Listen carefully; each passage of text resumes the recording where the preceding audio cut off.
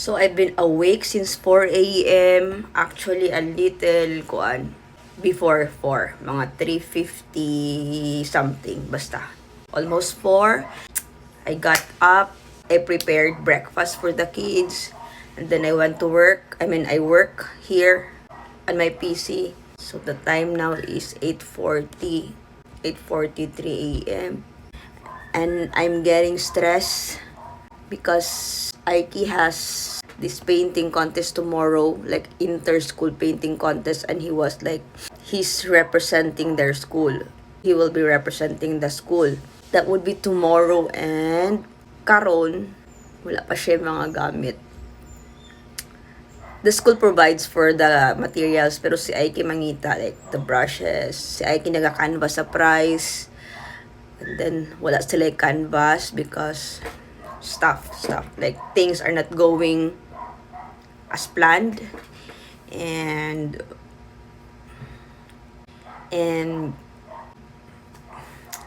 I really hate it when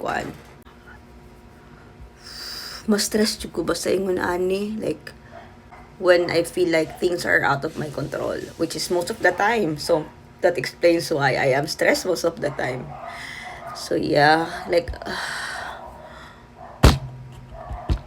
I feel frustrated because I couldn't do anything, or my capacity to do something is limited.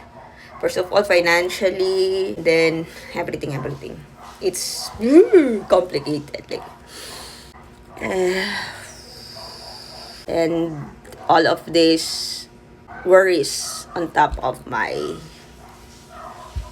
already existing issues in life, which is a lot right now. I am freaking out. So, quick update lang dun sa canvas na sobrang kinastress namin kanina. Kasi parang ang pagkakaintindi ko kasi nung una is akala nila is provided yung canvas. But then apparently it was changed and they have to provide their own canvas. So, kanina the whole morning, Aiki went around the city para maghanap ng canvas para magamit bukas. And if I had only known na ganyan kalaki yung canvas, I wouldn't have allowed him na maghanap kasi sa sobrang laki niya, parang di talaga siya nabibili sa labas. But then, he also didn't realize na ganyan pala kalaki yung specific na measurement. And then, of course, he couldn't find it kasi ang laki naman pala. But the good thing is, he went to his old school where he completed his junior high.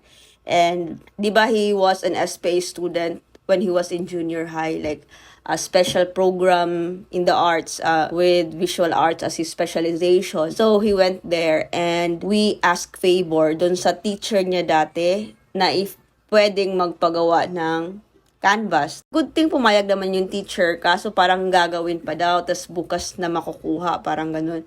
And they have to be in the venue really early, like 6 daw, ganun. So parang hindi na pwede bukas, ganun. But to cut the story short, nagawan siya ng paraan, although ginabi sila, but then they were able to bring home the canvas. So ayun, God is really good. Ang galing talaga ni Lord.